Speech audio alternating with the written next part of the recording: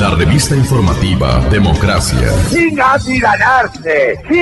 amilanarse. Se viene un tiempo nuevo. Pero hay que decir qué Ecuador queremos. Presidentes electos democráticamente, somos parte del pueblo. No tiene sentido, no tiene validez. En este país no se ahorra. Sostener la dolarización, el temor de perder, siempre puede estar presente. Lo mismo va a pasar en el 2016. Ese modelo debe de cambiar. Él ya dejó de ser un economista y ahora es un político. Construir la unidad. El gasto público eres tú, compañero. La gravedad del problema económico ecuatoriano. No alentemos demonios. Este Ecuador amazónico, desde siempre y hasta siempre.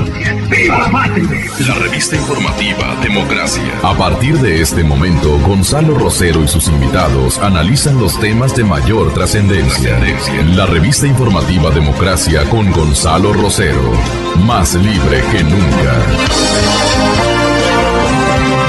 Comenzamos.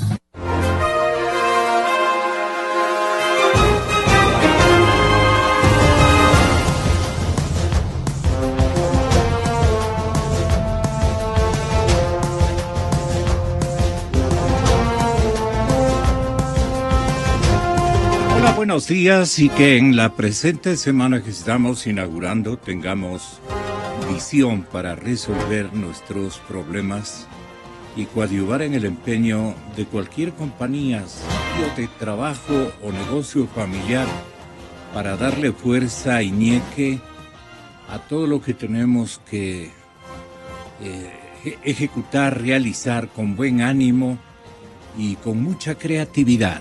Son los deseos de nuestro informativo para toda la audiencia de la cadena Democracia.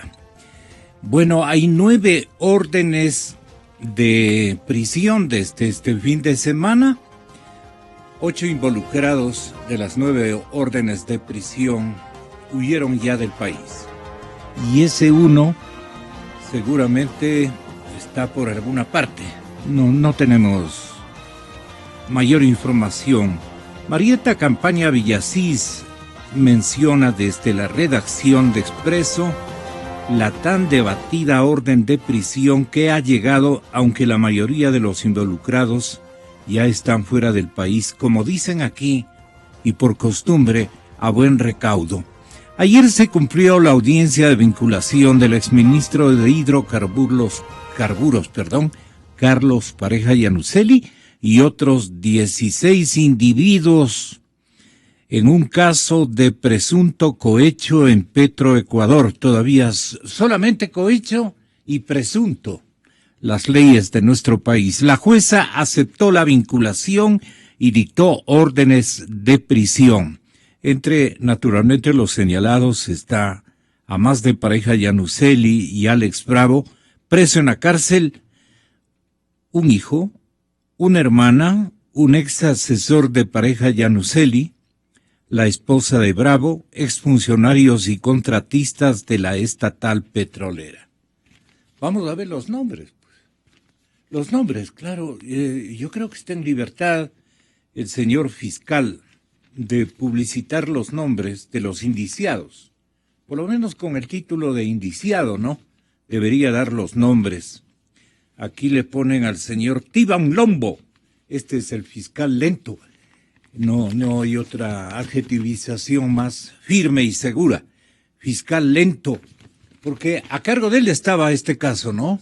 A él encargó y le va a tocar asimilar los castigos de la ciudadanía, los comentarios adversos de la ciudadanía en contra del Ministerio Público y en este caso a su principal, pues Galo Chiriboga. Pero bien, nos encontramos, señoras y señores, a punto de contar con nuestro primer panel. Lo van a integrar el señor economista y exministro de Estado, don Mauricio Pozo, también el economista y académico, director de investigaciones económicas de la Universidad San Francisco de Quito, don Pablo Lucio Paredes. En Guayaquil nos atenderá el economista Pablo Arosemena más tardecito. Queremos analizar el libro que simultáneamente los dos Pablos, Lucio Paredes y Arosemena, escribieron hace algunas semanas lo lanzaron a circulación, en tanto que el señor economista y exministro de Finanzas, Mauricio Pozo, en el curso de esta semana tiene previsto la realización de su anual seminario, que versará sobre qué temática, saludando ya a Pablo Lucio, que ha arribado ya a nuestros estudios. Gracias, Gonzalo, saludos a Pablo, gracias por la invitación. Efectivamente, vamos a realizar un evento este jueves 27 de octubre. Sí, en el Club La Unión de Quito, y lo que trata es un poco lo que sería el legado económico de este gobierno y lo que el siguiente gobierno, cualquiera que éste sea, tendrá que recibir y qué debería hacer, y sobre esa base se trabaja bajo un escenario de continuación de las políticas vigentes y lo que sería un cambio de modelo. Eso es básicamente lo que abordaría el evento a realizarse. Es una herencia trágica y no tan legado, porque el legado suena bonito, ¿no? Es una herencia virtuosa, digamos. Creo que soy muy favorable el concepto. La herencia es complicada, Gonzalo, es muy difícil y cualquier gobierno que venga va a tener que administrar eso con mucha sapienza. Sí. A propósito, hay un decreto que nos va a hacer escuchar la cadena Teleamazonas con el periodista compañero Jorge Loaiza. Él nos habla precisamente de un decreto que el señor presidente de la República ha rubricado y que tiene relación con el cambio de modelo. Miren ustedes, yo invento esta explicación, el cambio de modelo para que no se calcule el tope de la deuda que ya llegó a su clímax, a su límite mayor.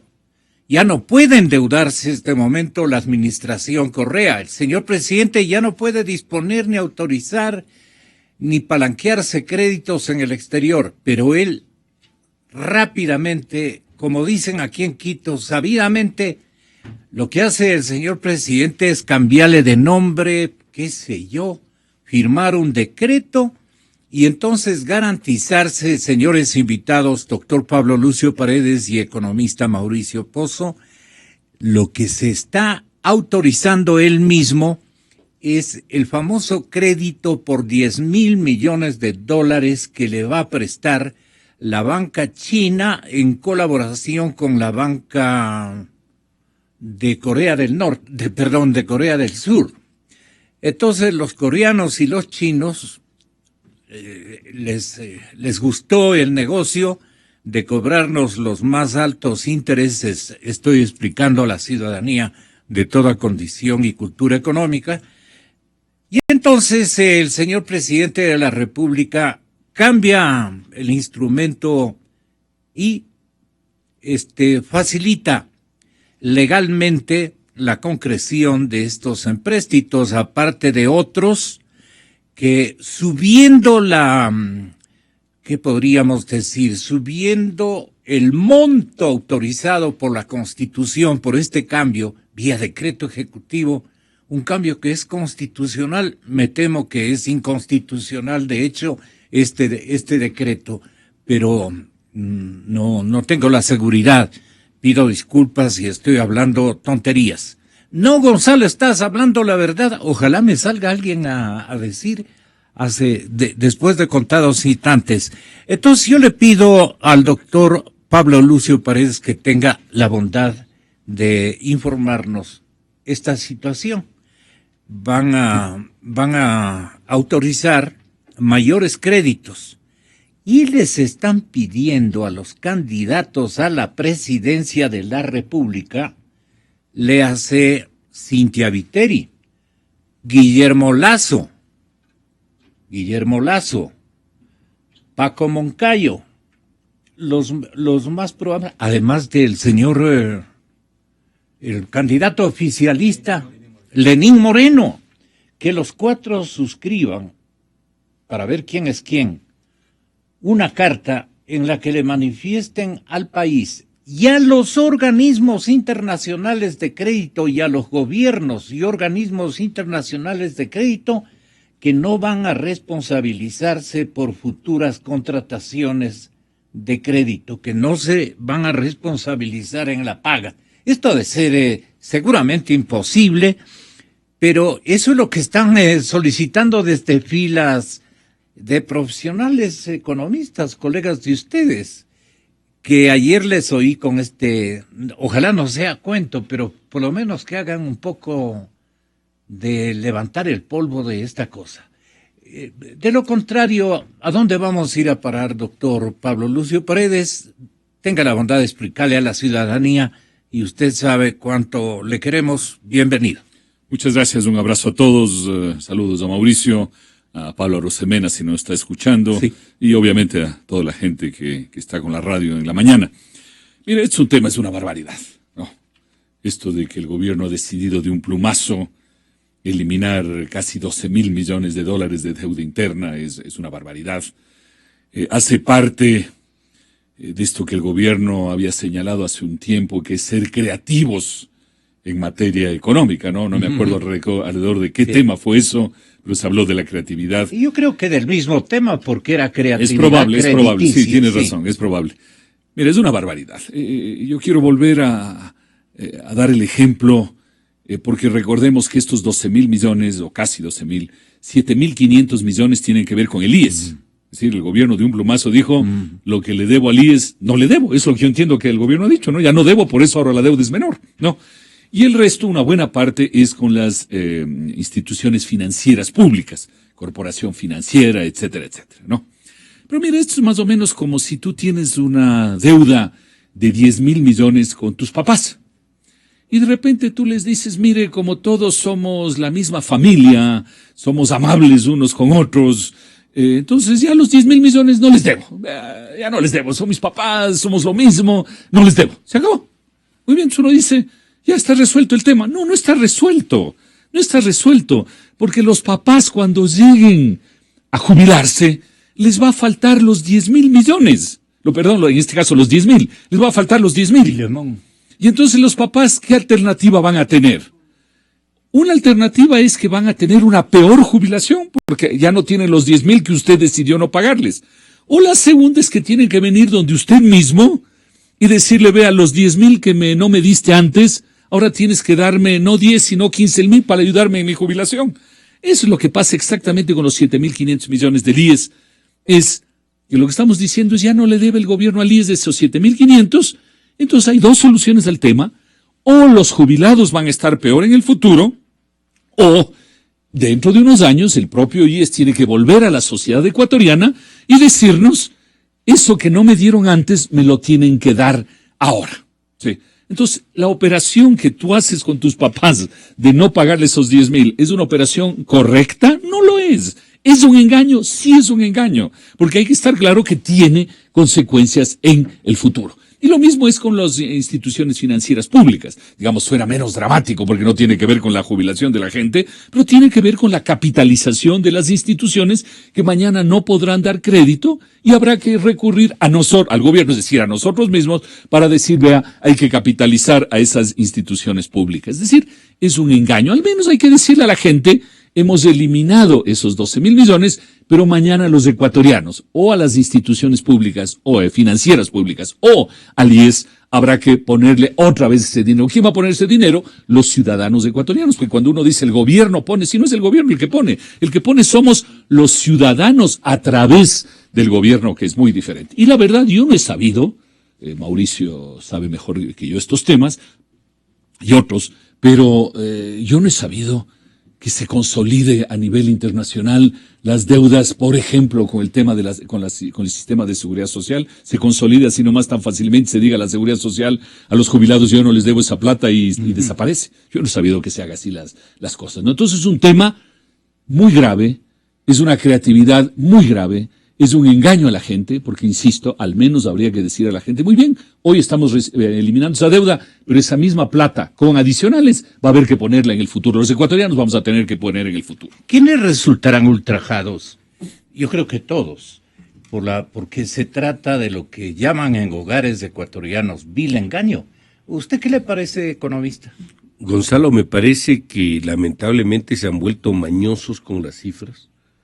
Feo decir esto, pero la verdad es que eso es lo que está ocurriendo. El coordinador, ministro coordinador. No quiero calificarle a nadie, pero en general al manejo me parece que es una mañosería de la información. Y le voy a dar algunos elementos adicionales. ¿Qué significa para usted mañosería? ¿Jugar? Fíjese, ¿por qué a estas alturas, a los 10 años, se les ocurre que la mejor forma de registrar es la deuda consolidada y no la deuda agregada? ¿Cómo así no lo hicieron pues en el año 2007? ¿No será porque estaban todavía lejos del 40% y ahora que llegan al 40% empiezan creativamente a inventarse formas de registro para no superar esa limitación legal? Primero, ese comentario, ¿por qué no lo hicieron antes y después lo hacen ahora? Segundo, si el Ministerio de Finanzas tiene una obligación con el Ministerio de Obras Públicas entre las dos entidades y deciden netear las operaciones, es decir, que la una compense la otra a través de algún compromiso, uno podría decir, bueno, como son entidades del sector público, las dos, el impacto no es macroeconómico, ahí saldan sus cuentas entre ambas instituciones y se acabó el problema.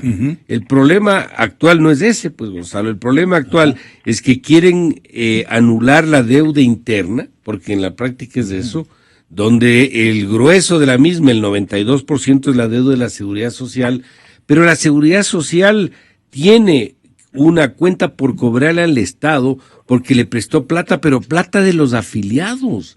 Si esto no es plata del Estado, ¿quién le ha dicho pues que la plata que recibe la Seguridad Social por los aportes es del gobierno? Eso es plata de la gente. ¿Y quién dice que le ha prestado? Se ha tomado el gobierno. Bueno, pongámosle el nombre que usted quiera, pero esa plata es la que todos pagamos todos los meses con los aportes que hacemos a la Seguridad Social, recibe el seguro y el seguro invierte y en este caso, pongámosle comillas, y le da recursos al gobierno para que éste pueda financiar el gasto público. Entonces, me parece que es un contrasentido absoluto. ¿En qué consiste la mañosería? Porque es una obligación que tiene que atenderse, no se puede eliminar de tajo diciendo no existe, pues, para liberar en este caso 11,000 millones de dólares y que el Estado tenga vía libre para seguirse endeudando en la forma que sea. Esta es una consecuencia del desorden fiscal, es la desesperación del gobierno de buscar recursos aunque sea debajo de las piedras, y en este caso aplica un concepto, como digo, absolutamente irregular para poder registrar, en este caso no registrar la deuda interna. En esto de la Seguridad Social, ellos están, creo yo, extremando la decisión, porque si habría algún pronunciamiento, alguna política de los multilaterales, por ejemplo, para el registro de deuda externa, yo le puedo casi firmar que es una política para efectos de analizar el impacto macro que tiene si le debe el Ministerio A al Ministerio B, pero no con una entidad que recibe fondos de afuera, del resto, que en este caso es el Seguro Social. Entonces, dudo mucho que se pueda sustentar como que técnicamente esto ha sido avalado, pongámoslo así, y sugerido por entidades de la comunidad internacional. Si eso fuera así, ¿por qué, repito, no se registraron las operaciones desde el principio del periodo? Y además hay un tema práctico en esto, Gonzalo, fíjese. Si usted tiene una deuda con un banco, le debe a la tarjeta de crédito, le debe a la tendera y le debe a su hermano. ¿Cuánto debe? Todo eso, pues. Claro. El banco, la tarjeta, la tendera y a su hermano. No es que porque le debe a la tendera y a su hermano, entonces eso no es deuda y el resto sí es deuda. Hay una diferencia. ¿Tiene o no tiene que pagar eso? Esa es la pregunta. Tiene que pagar, pues. Entonces sí es deuda. O sea, no nos hagamos aquí los locos. Esa es la realidad. El gobierno tiene la obligación de pagar sus deudas. Y eso de que a futuro... Si la plata es de la esposa de su hermano. Sea de quien sea. Porque eso es el IES para el gobierno. Sea de quien sea. Además hay otro tema. Cuando pasan los gobiernos, y eso ocurre siempre, y uno se va afuera a negociar, a mí me tocó negociar el Club de París. No es que Afuera se acuerdan, no, pero verá, el presidente anterior fue este y el ministro y el subsecretario fueron estos otros. No. Es el Ecuador el que tiene una obligación. Ya. Y uno que tiene que dar la cara por lo que han hecho probablemente otros gobiernos en el pasado. Esa es la realidad. Mauricio, y cuando usted fue ministro, ¿no se hizo algún préstamo?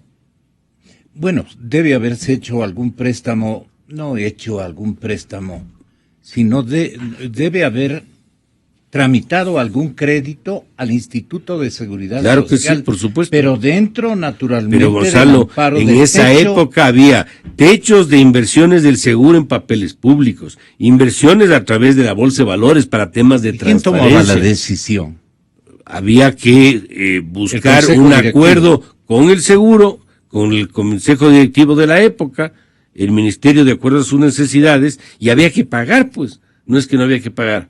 Y después ver si no se superaba la meta, viene una negociación de tasas.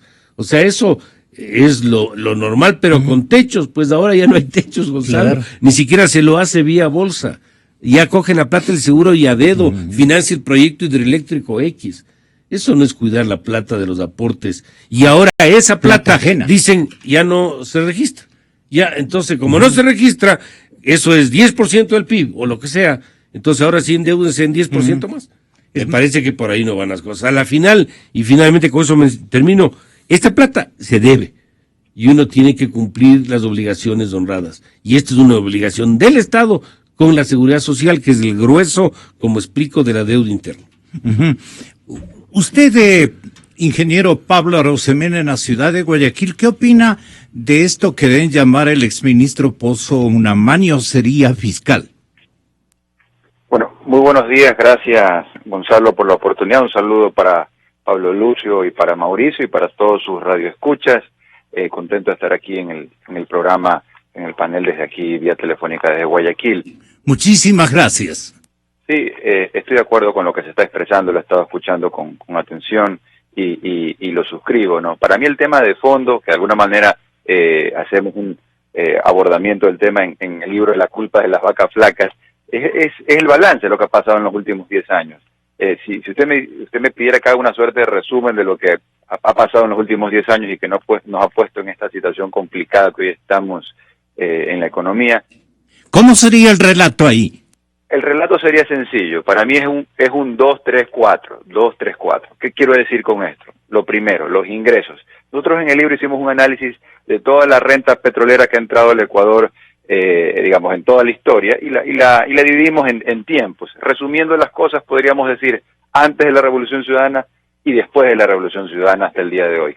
Y cuando uno mira esas cifras, obviamente cuando hace el ajuste por inflación y el ajuste por población, porque no es lo mismo pues $1 de los años 70 que $1 del año 2007, ni la población pues era la misma, pero cuando uno hace todos estos ajustes, el número que sale es que en tiempos de Revolución Ciudadana, el gobierno nacional recibió un poco más de el doble de ingresos que todos los gobiernos anteriores, de nuevo ajustado por inflación y por población, el doble de ingresos. Ahora, ¿qué pasó?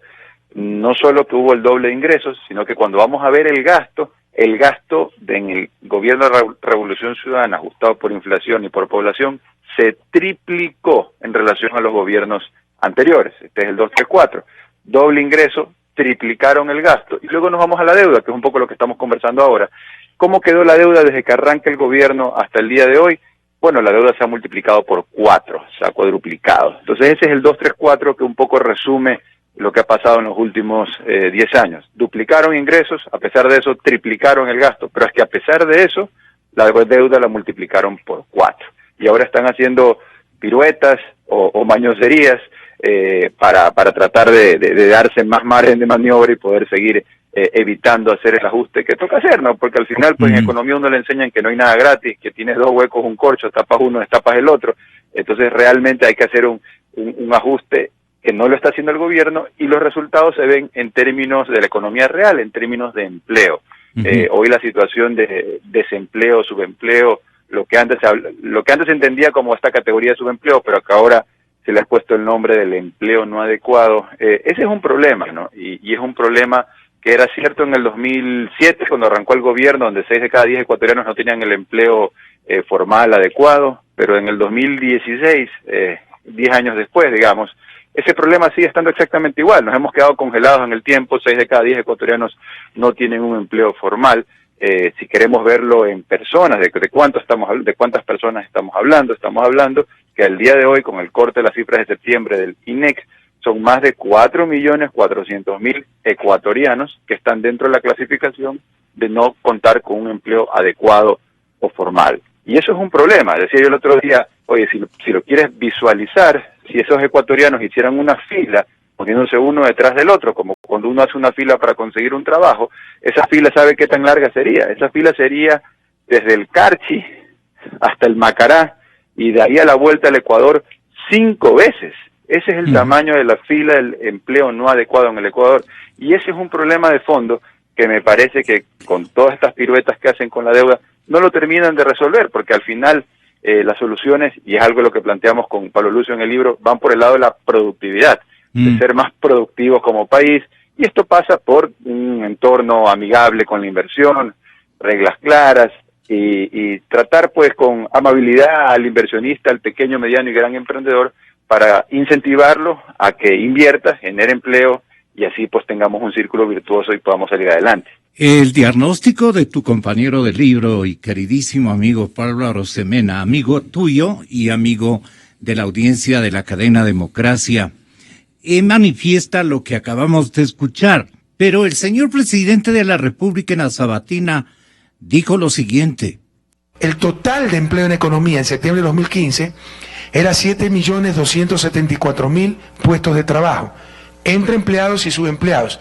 Ahora es 7.637.000, es decir, la economía ha generado puestos de trabajo, ha creado cerca de 363.000, muchos de ellos sin calidad, porque es subempleo, pero ha generado puestos de trabajo. ¿Cuál es el problema? Que ha crecido tanto la tasa de participación que la PA nos ha crecido en 457.000. Si ustedes dividen lo que creció la PA, la población económicamente activa, y el empleo que se creó, el empleo es menor, esa diferencia es el incremento de desempleados. Pero no es que estaban trabajando y se los votó, no, es que la economía no puede absorber el incremento de la fuerza laboral. Se han generado más de 363.000 empleos en un año, pero tenemos que generar más para absorber toda la fuerza laboral. Entonces todavía tenemos dificultades, eso es claro, pero la economía está respondiendo. Y una tasa de desempleo de 5.2% es la más baja de la región y la más baja de la historia del Ecuador. 4% de desempleo se considera pleno empleo.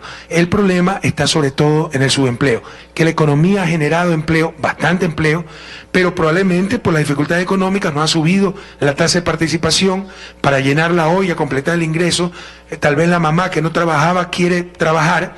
Nos ha subido a la población económicamente activa en 457.000 personas y la economía solo ha generado 363.000 puestos de trabajo, con lo cual el desempleo creció en 93.000 personas, que significa un 0.9% de incremento. Hay otro problema, la falta de calidad en el empleo, porque también ha subido el desempleo.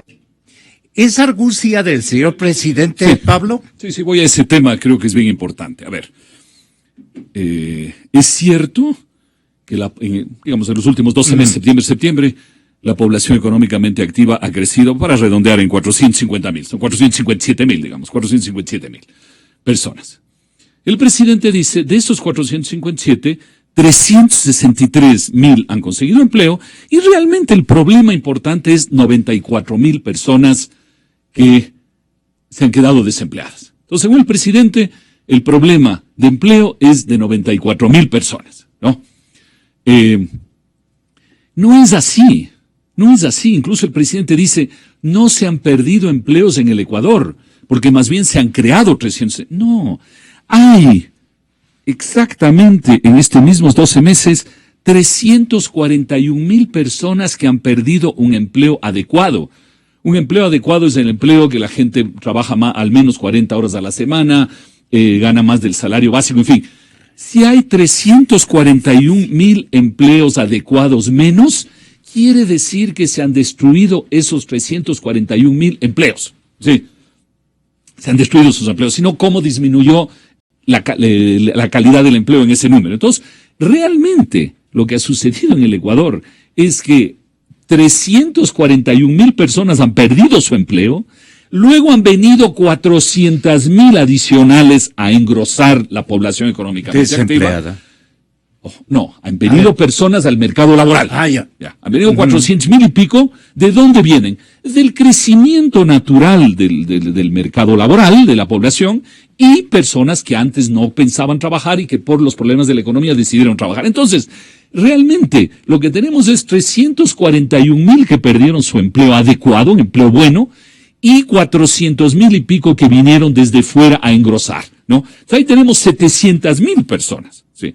De esas 700,000, ciertamente hay alrededor de 400,000 y pico que encontraron un subempleo, ¿sí?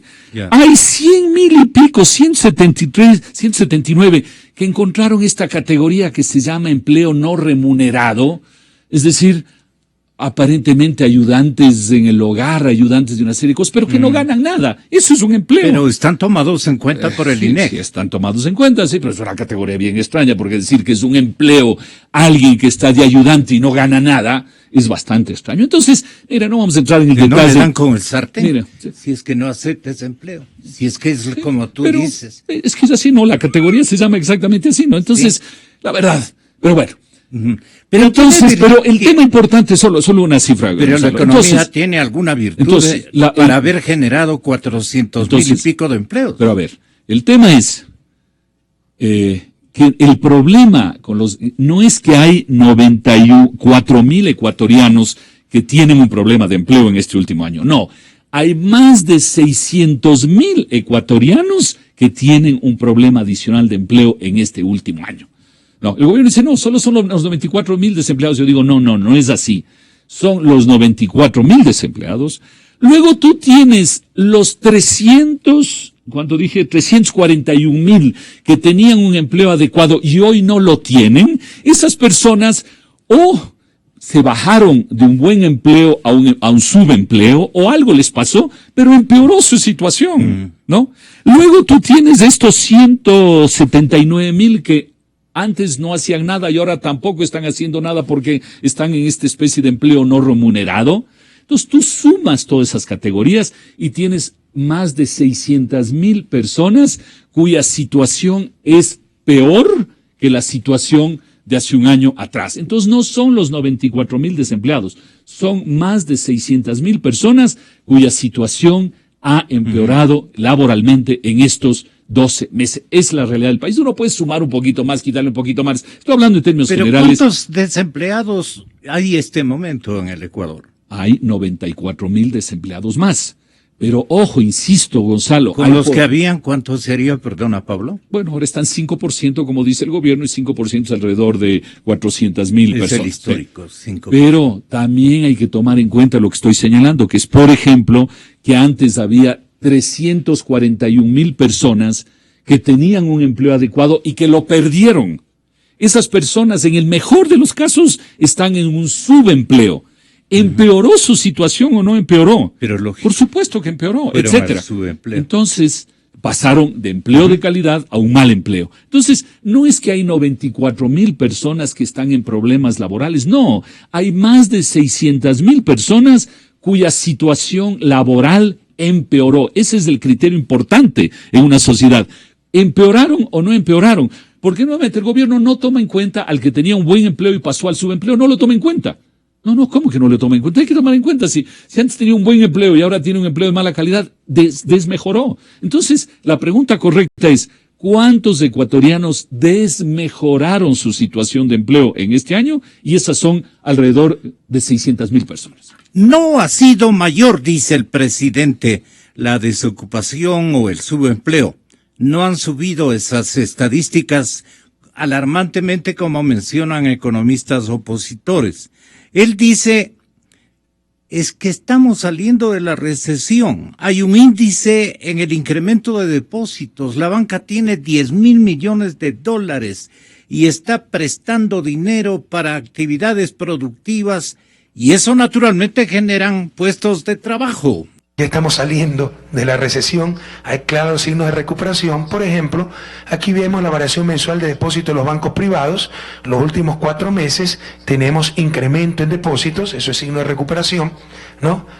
Ya teníamos desde enero algunos incrementos, pero en marzo, mayo volvieron a caer los depósitos, pero desde junio solo hay incrementos de depósitos, sigamos.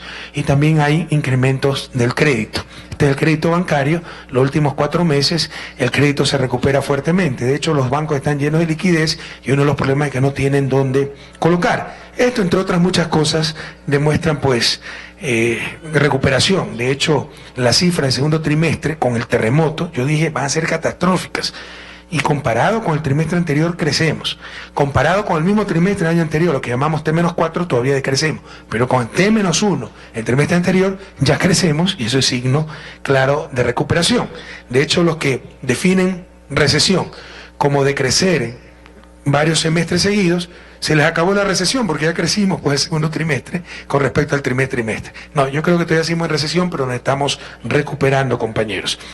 Julio José Prado, el presidente de la Asociación de Bancos Privados, como que se nos corrió de este tema. Mauricio Pozo, exministro, ¿a usted qué le parece para desenredar, digamos, esta situación? La gente dice, ¿nos está de nuevo mintiendo el presidente? ¿O está diciendo la verdad a medias? No sé. Gonzalo, se ha hecho ya una explicación aquí sobre el tema de las cifras de empleo, son cifras cortadas al mes de septiembre. La gente no entiende, ni tiene al final por qué entender lo que es tasa bruta de participación, población económicamente activa, empleo no remunerado, no pleno. Pero tiene un porrazo yo lo único que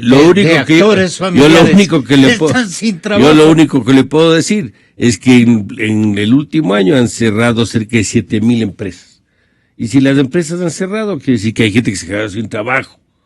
Entonces no pueden de ninguna manera pintar el tema de manera distinta a como realmente es. Además del incremento de los nuevos desempleados, como bien se explicó hace un momento, eso es precisamente porque se añade al volumen de desempleados y subempleados otra cifra adicional, es decir, seguimos deteriorándonos. Y no hay cómo comparar el 5.2 o el 5.3 de desempleo con otros países, porque para poder comparar tendríamos que sumar las cifras de subempleo. Así que no sacamos nada de que yo tenga trabajo, pierdo el trabajo y al otro día estoy vendiendo peinillas en una esquina. O sea, el avance no ha habido de ninguna manera. Primer tema. Segundo tema, el aumento de los depósitos de los bancos es por el endeudamiento público. El gobierno se ha endeudado, paga a contratistas, estos contratistas pagan a terceros, parte de eso se deposita en los bancos y parte de eso se presta. Y los bancos reciben la plata, pero no tienen quien les pida los préstamos. No hay demanda de crédito, que se llama. Por lo tanto, que esa liquidez a la final, ¿de qué sirve si no se puede financiar actividades productivas? ¿Y por qué ocurre eso? Porque la demanda está caída. ¿Y por qué la demanda está caída? Porque estamos en recesión económica. Entonces, yo no veo cómo pueden decir que hay un proceso de recuperación cuando no hay demanda de crédito, cuando hay un problema de aumento de los desempleados a nivel nacional, donde no tenemos capacidad de colocación, donde la inversión extranjera sigue siendo marginal, y hablan de recuperación, donde el superávit comercial es producto de que nadie importa. ¿Y por qué no importa la gente? Porque no puede vender. Entonces, yo no veo cómo pueden sostener y decir que hay un proceso de recuperación económica. El país está viviendo una recesión complicada, expresada en términos de pérdidas de empleo, expresada en ausencia de recursos de inversión, expresada en falta de demanda de crédito. ¿Qué expresan para usted las cifras de los bancos? A esas cifras apela el señor presidente. Los bancos reciben depósitos por las razones que le menciono, Gonzalo. No es por un tema permanente, no es porque vino inversión, no es porque la gente trajo plata. Pero si a cada rato Julio José dice, tenemos 10,000 millones de plata y lo que quiera. Sí, pero esa plata tiene un origen distinto, no es por razones sustentables, es por las razones que explico, porque el Estado gastó, porque se endeudó, pagó a acreedores, esos acreedores depositaron en los bancos y ahí suben los depósitos. Pero los depósitos no se pueden prestar porque no hay la demanda. Nadie levanta el teléfono, va a la oficina a decir, quiero un préstamo. ¿Por qué? Porque es incierto, no me quiero endeudar, no sé si voy a tener trabajo y si tengo un negocio, no sé si voy a poder vender. Entonces, ¿de qué me sirve el aumento de depósitos? ¿La contracción es psicológica, algo por el estilo? No, la contracción es real. Lo que le quiero decir es que el aumento de depósitos es un tema temporal atado al endeudamiento público. Entonces, la raíz del problema es precisamente ese. Entonces, yo no veo razones para poder argumentar de que existe un proceso de recuperación económica. Yo no le veo. Yo creo que el país va a tener un segundo semestre muy similar al anterior, y es más, un 2017 muy similar al 2016. Pablo Rosemena en Guayaquil, o sea, la culpa es de las vacas flacas. O al menos eso es lo que nos dicen desde el gobierno. Nosotros creemos que Ecuador no está condenado a estar en crisis, ni mucho menos es posible que el país vuelva a levantarse, pero para eso pues hay que hacer cosas algunas creemos que es de sentido común. El tema central que se aborda en el libro, y es el tema que en buena medida explica la crisis, es la falta de ahorro público. El gobierno no ahorró en la época de las vacas gordas para la época de las vacas flacas. Correcto. Y el argumento que daban era que ahorrar hubiera significado dejar de hacer cosas importantísimas. Nosotros un poco explicamos de que eso pues no es así, ¿no? Realmente se pudieron haber hecho... ¿Qué se demuestra en la obra de autoría simultánea de los dos Pablos? ¿Me puede repetir la pregunta, que no se la escuché? ¿Qué se demuestra al lector en la obra respecto a lo que irrogó o causó el hecho de no construir fondos de reserva, fondos de previsión, pues, ¿no? Y el señor presidente que pensaba que esto iba a otra década de duración, era una obra espectacular, y se gastaba el dinero como Dios manda, pero manda mal, pues, a veces.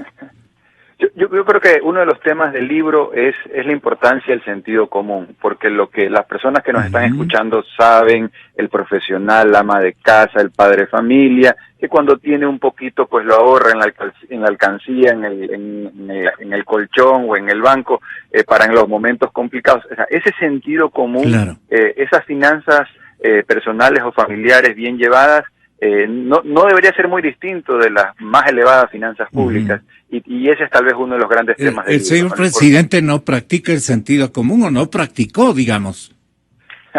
Dicen que el sentido común es el menos común de los sentidos, ¿no? Así es. Por lo menos para el socialismo del siglo XXI ellos parece que es así. Entonces, ese sería uno de los grandes temas. Ese es uno de los grandes temas. Y luego, como decíamos, se puede salir adelante, pero hay que hacer ciertas cosas. Ajustes, a veces la gente... Ajustes positivos, digo yo, ¿como cuáles? Como una suerte de devolverle liquidez y confianza a la ciudadanía. ¿A qué me refiero con el tema de la liquidez? Eliminando impuestos que se han convertido en obstáculos para el pequeño, mediano y para el gran empresario, para todos, como por ejemplo estos impuestos de las salvaguardias, que son impuestos sobre impuestos que han encarecido las cosas, han hecho que el Ecuador sea uno de los países no caros, sino carísimos. Aquí pues la inflación acumulada en el Ecuador comparada con Estados Unidos es el doble. Si luego queremos ver específicamente en el tema de alimentos, la inflación en alimentos en Ecuador es 3 veces la inflación de Estados Unidos. Ecuador se ha convertido en un país carísimo por cortesía de las salvaguardias. Entonces, algo concreto es que eso se debería eliminar. Nunca debieron haber existido, hoy no deberían de existir. Otro ejemplo concreto es el anticipo del impuesto a la renta, o impuesto mínimo, que tiene una fórmula perfecta para matar a las empresas, para ahogarlas. Nació como impuesto a la renta anticipado, ahora pues termina siendo ya está desvirtuado completamente. Es un impuesto a las ventas, a los activos, a cualquier otra cosa menos a la renta, sobre todo un año que es difícil, que muchas empresas van a estar tablas o que tal vez van a perder un poco de dinero y aún así han tenido que pagar el anticipo. Nos parece que eso pues es una salvajada. Eso no debería existir, no ayuda. En crisis más impuestos no son la solución, son la perdición. Y luego también nos podemos quedar hablando bastante, pero por ser concreto, un tercer impuesto más que pudiera eliminarse rápido y ayudaría a que la plata gire con más velocidad es el impuesto de la salida de divisas, que es este impuesto que el gobierno puso con la intención de que la plata no se le vaya, pero al final lo que terminó consiguiendo es que la plata nunca venga. Entonces necesitamos eliminar estas cosas, estos obstáculos que están en el camino, y obviamente esto tiene que venir acompañado de un verbo que dé confianza, ¿no? Porque si Se pueden hacer estas cosas, pero si no generan confianza, pues luego la plata no gira. Los bancos tienen recursos, como se ha comentado, pero no hay demanda de crédito, como decía Mauricio, porque no hay confianza. La gente ¿en qué no confía la gente? La gente no confía qué va a pasar la próxima semana, qué va a pasar el próximo mes, el próximo año. Por un lado. Y por otro lado, donde sí hay certezas, son certezas negativas, ¿no? Por ejemplo, tú tienes un camino donde te dicen, mire, si usted sigue por este camino, nosotros vamos a mantener los impuestos, no vamos a bajar ningún impuesto. Y la gente no quiere escuchar eso. La gente siente de que en crisis la mejor ayuda que el gobierno le puede dar es cuando no le molesta. Y no te molesta cuando no te ponen más impuestos. Entonces, ahí hay unos pasos seguros que se pueden dar: eliminar estos impuestos, dar un oxígeno, dar un espacio para que la gente vaya recobrando la confianza, y Ecuador puede salir de la crisis, pero el gobierno tiene que poner su parte. Interesante. Y Pablo tenía toda la razón, me refiero al doctor Pablo Lucio.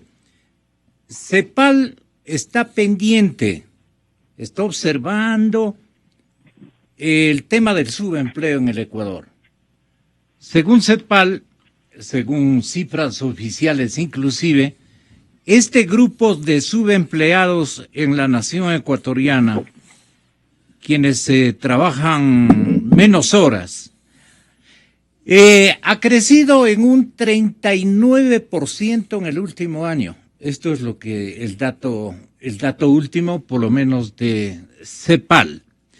Eso, ¿qué quiere decir? ¿Qué significación tiene? ¿La misma que tú nos explicabas hace momentos? Mira, habría que ver el detalle de lo que señala CEPAL, digamos, viendo todo su análisis. Pero lo importante, insisto, Gonzalo, es que la pregunta que debemos hacernos es no cuántos desempleados más hay, sino cuántos ecuatorianos tienen peor situación laboral hoy que hace un año.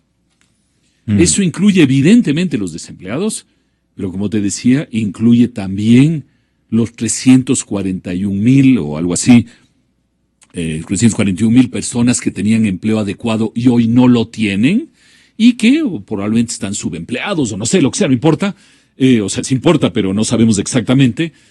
Y las personas que han aumentado en esta categoría que se llama empleo no remunerado, ¿sí? Si tú sumas todo eso, tienes 600,000 personas, más o menos 600,000 personas, cuya situación laboral es hoy peor que hace un año. Y el gobierno dirá, no, esos no hay que tomarles, los no remunerados sí están mejor que antes, porque al menos están en algún lugar donde les dan el almuerzo, no les remuneran, pero les dan el almuerzo. Bueno, pero en todo caso tienes alrededor de 500,000 personas que tienen una situación laboral peor hoy que hace un año. Esa es la realidad, no son los 94,000 desempleados únicamente.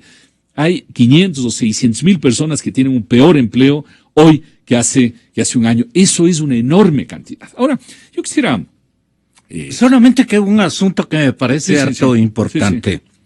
Dice el ex vicepresidente de la República, Alberto Dají, que al presidente los ministros o las principales autoridades económicas del frente del mismo nombre le mienten descaradamente cifras. Le mienten descaradamente. Ahí sí me pongo me pongo a pensar, porque aquí da un ejemplo, verá. Se redefinió la fórmula de empleo. Preguntemos con la fórmula anterior en cuánto estaría el desempleo.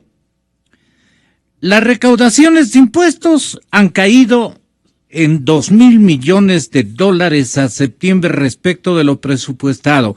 Hay serísimas dudas respecto a la validez de las cifras económicas. Si fuese tan notable el crecimiento, ¿por qué la gente no toma un crédito? Dice. A ver, yo no conozco los entretelones del gobierno, no sé cómo funcionan al interior del gobierno, pero francamente, yo no creo que al presidente le engañen sobre las cifras. El presidente conoce muy bien las cifras. Lo que pasa es que el presidente nos transmite las cifras a medias. Eso es lo que pasa. O acomodadas, tal vez. Acomodadas, claro, sí, es lo mismo. Sí. Claro. El presidente habla mucho desde hace 10 años de las medias verdades y las medio mentiras. El gobierno hace eso. El gobierno nos presenta las cifras de tal manera Por ejemplo, esto que acabamos de mencionar.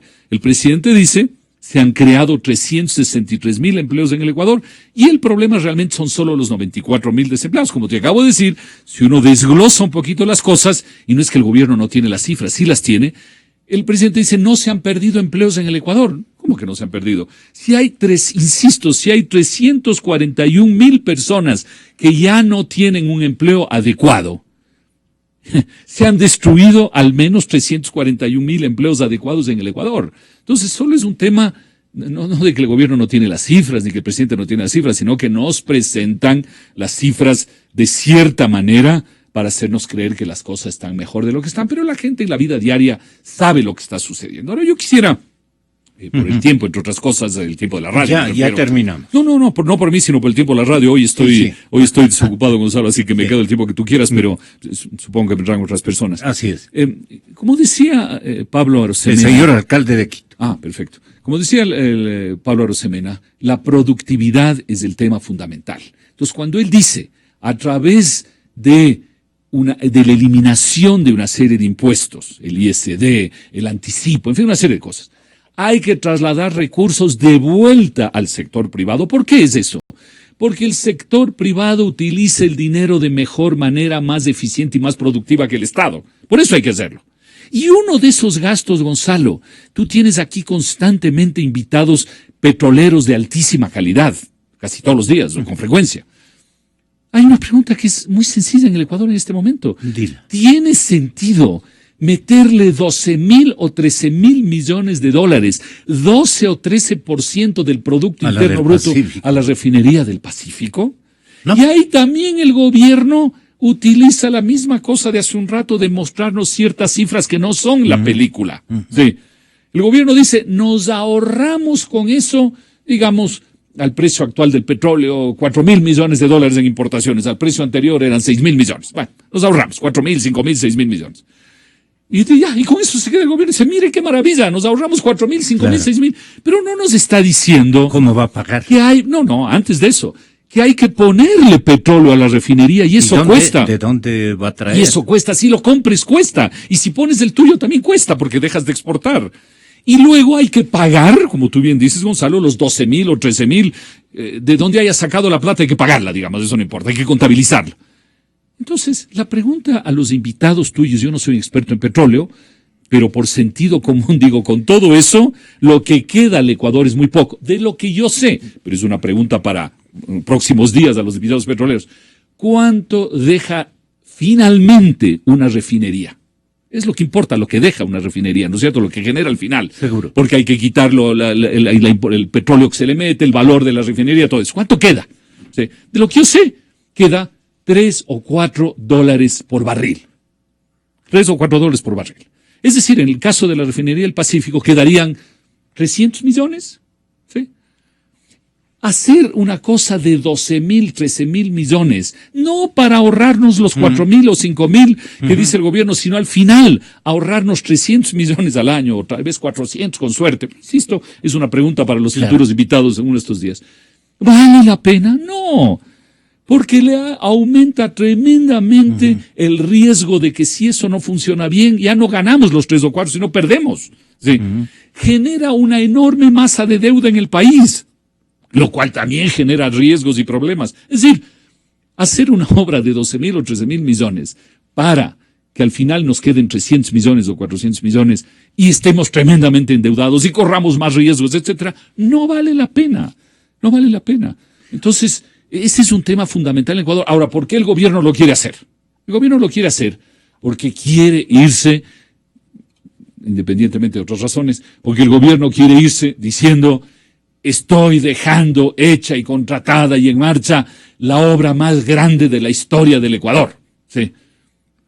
Que me ha reportado, eso no va a declararnos jamás. Pero el tema es el siguiente. Los candidatos a la presidencia de la República, repito, la señora Viteri, el señor general Moncayo y el señor Guillermo Lasso, no deberían en simultáneo enviar una nota, le pregunto a Pablo Arosemena, en la ciudad de Guayaquil, enviar una nota en la que les digan a los gobiernos prestatarios de China y de Corea del Sur, señores gobernantes o colegios o entidades financieras de estas naciones, los candidatos a la presidencia de la República, de donde emanará, estoy también tomando en cuenta al señor candidato a la presidencia de la República por el partido de gobierno, Lenín Moreno. Es decir, entre los 4 pondrían esta carta aclaratoria o de prevención. No nos comprometemos a pagar esta deuda de 10,000 o 13,000 millones de dólares para la refinería del Pacífico, porque según nuestras leyes ya legisladas, atiéndame bien, no vamos a permitir que a través de un decreto ejecutivo rompa la Constitución y amplíe, digamos, el cupo de endeudamiento de nuestro país. Y además porque no vamos a tener dinero para poder pagar semejante cantidad de dinero. Y no estamos dispuestos a que esto se haga porque una refinería de las dimensiones de la del Pacífico en estos tiempos no es ningún tipo de negocio, de manera que ustedes deben reflexionar sobre nuestra ausencia de compromiso de pago o algo por el estilo. Es lo que estaban entre colegios de estrategas de candidaturas, estaban en días anteriores mencionando en algunos twitters. ¿Qué le parece a Pablo Arosemena?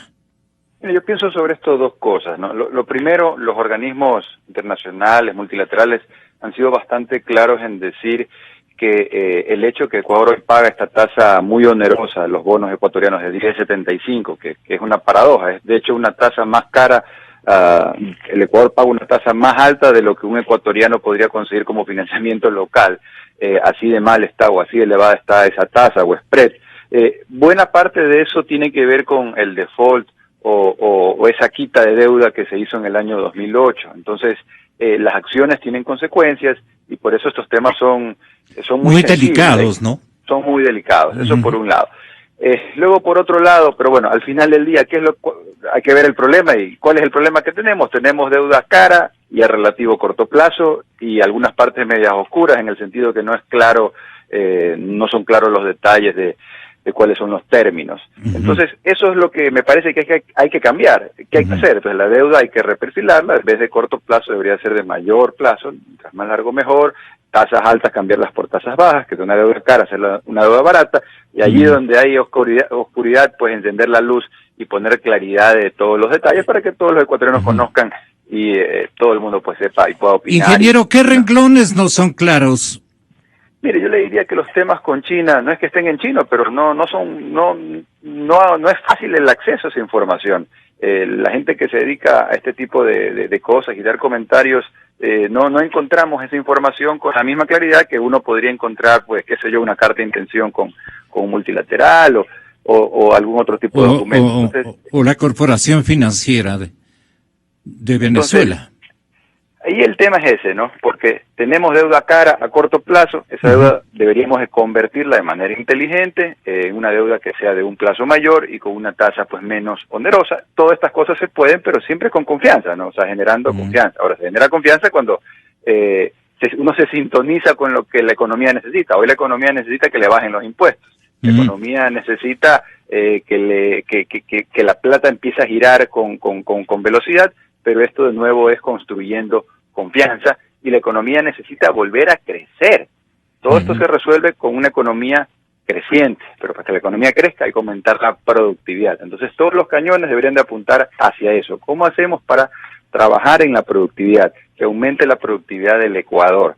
Se puede hacer, pero necesitamos que el gobierno por un lado no estorbe y por otro lado ayude, y la mejor ayuda es dejando de crear estos problemas por otro lado donde no hay, o hablando de temas o distrayendo, digamos, la atención, y enfocarnos en cuáles son los temas que, de acuerdo a todos los indicadores y lo que vimos en el Ecuador, sabemos que están impidiendo que el Ecuador pueda despegar y tener el crecimiento económico que se merece. Ecuador está para grandes cosas, no para seguir en crisis otro año más, o como nos proyecta el FMI, 5 años de recesión. Podemos romper con esa inercia, pero se necesitan hacer cambios de fondo en lo económico, y creo que aquí pues hemos comentado algunas de las líneas de por dónde van esos cambios de mayor apertura y mayor libertad. Ustedes han sido generosos y amables en esta mañana, muy agradecidos desde la cadena Democracia, ingeniero Pablo Arosemena, Pablo Lucio Paredes, muchas gracias. En ausencia ya de el exministro Mauricio Pozo también le agradecemos. Y en cuestión de instantes, señoras y señores, para conocer algunos detalles, especialmente de la desgracia ocurrido en el norte de nuestra capital, vamos a molestarle, aunque el objetivo es otro, pero vamos a molestarle al señor alcalde de la ciudad para que tenga la bondad de ofrecer a ustedes el último reporte que los estamentos técnicos y de seguridad, de obras públicas y de reconstrucción del municipio capitalino ha ejercitado desde altas horas de la madrugada, desde la noche de ayer, ¿no? En búsqueda de encontrar un alivio a este sitio en donde ha habido un fuerte derrumbe que ha costado o ha cobrado la vida de 2 personas. Y parece que son mis paisanos, no tabaleños porque no conozco, pero son del norte. Señoras y señores, buscando la verdad.